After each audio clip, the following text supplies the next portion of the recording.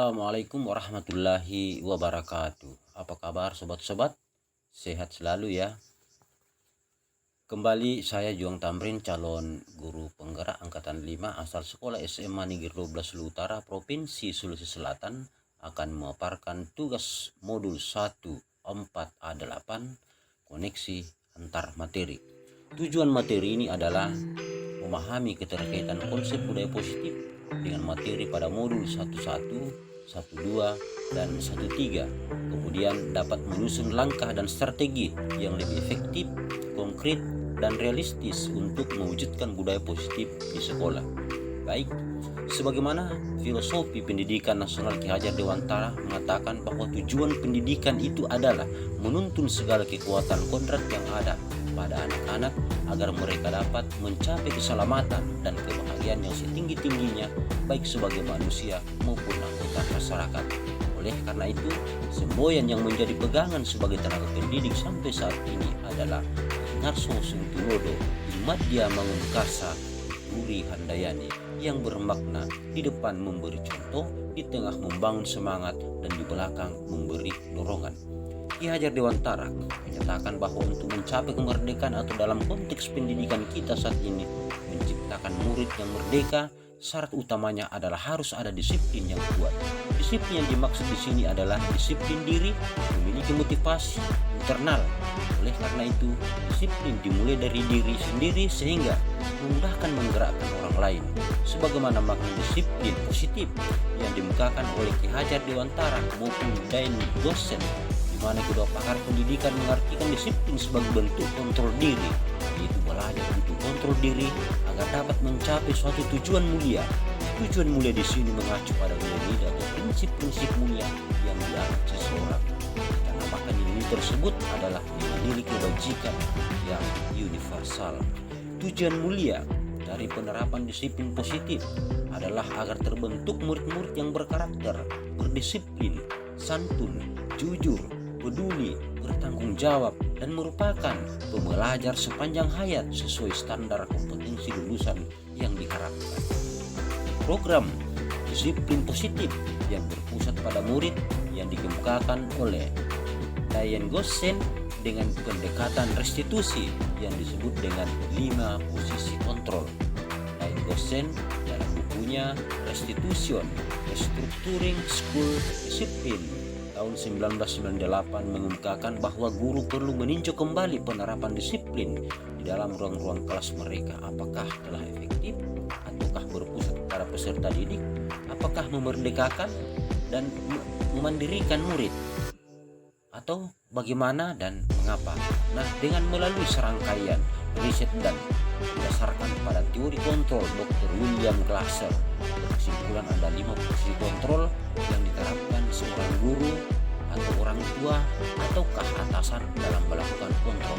5 posisi kontrol tersebut adalah hukum, membuat rasa bersalah, teman, pemantau, dan manajer. Namun yang diharapkan untuk diterapkan di antara kelima posisi kontrol tersebut adalah posisi manajer.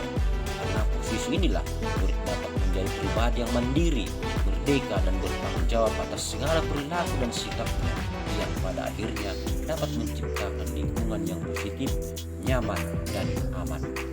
3 sisi dari segitiga restitusi. Proses 3 tahapan tersebut diharapkan pada prinsip-prinsip utama dari teori kontrol, yaitu menstabilkan identitas, validasi tindakan yang salah, dan menanyakan keyakinan. Pemahaman saya tentang konsep-konsep inti yang telah saya pelajari di modul ini yaitu disiplin positif, teori kontrol, teori motivasi, hukuman dan penghargaan, posisi kontrol guru, kebutuhan dasar manusia, keyakinan kelas, dan segitiga restitusi. Hal-hal yang menarik untuk saya dan di luar dugaan saya adalah keyakinan kelas, atau nama dulunya adalah tata tertib sekolah atau kelas, merupakan nilai-nilai yang sangat bermakna untuk dijalankan bersama seluruh warga sekolah, dan metode penanganan kasus dengan menggunakan segitiga restitusi yang menurut saya sangat baik karena dapat mengembalikan peserta didik pada kekuatan dan kelompoknya, dan sangat perlu dipraktikkan di lingkungan sekolah, khususnya sekolah tempat saya bertugas. Perubahan yang terjadi pada cara berpikir saya dalam dalam menciptakan budaya positif di kelas maupun sekolah saya setelah mempelajari modul ini adalah cara berpikir saya semakin terbuka lebar dan terinspirasi untuk selalu mempraktikkan apa yang telah saya pahami pada modul, di mana yang selama ini saya yakini ternyata kurang bermakna. Akhirnya saya melakukan perubahan mindset yang lebih bermakna.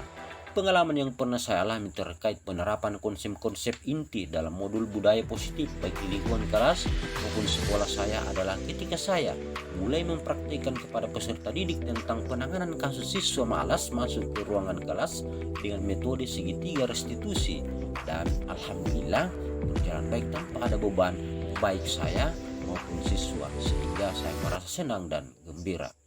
Terkait pengalaman dalam penerapan konsep-konsep tersebut, hal yang sudah baik adalah secara keseluruhan inti pada modul ini tentang budaya positif secara umum sudah baik dan perlu diaplikasikan dalam kehidupan sehari-hari.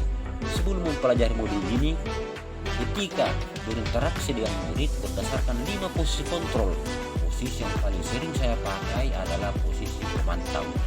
Dan perasaan saya saat itu adalah rasanya tegang campur rasa marah ke siswa.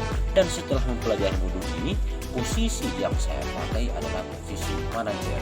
Dan perasaan saya sekarang rasanya ringan, kurang beban, dan senang, sehingga perbedaannya sangat terasa, di mana saat ini saya leluasa terus menggali potensi pada diri peserta didik atau dalam tindakan peserta didik, dan tidak seperti saat belum menerapkan posisi manajer.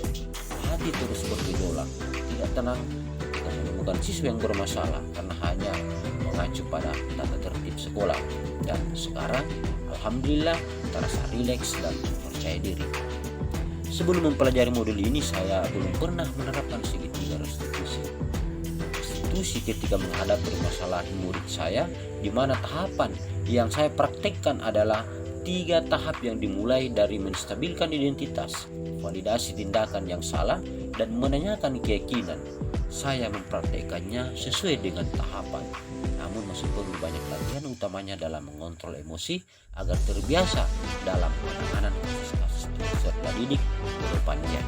Selain konsep-konsep yang disampaikan dalam modul ini, hal-hal lain yang menurut saya penting untuk dipelajari dalam proses menciptakan budaya positif baik di lingkungan kelas maupun sekolah adalah menanamkan nilai-nilai kebajikan yang dimulai dari diri sendiri atau dalam keluarga, kemudian pada orang lain atau peserta didik, sehingga tumbuh pada setiap diri karakter motivasi intrinsik menjadi budaya positif dalam kehidupan sehari-hari. Demikianlah pemaparan saya dan semoga bermanfaat. Wassalamualaikum warahmatullahi wabarakatuh.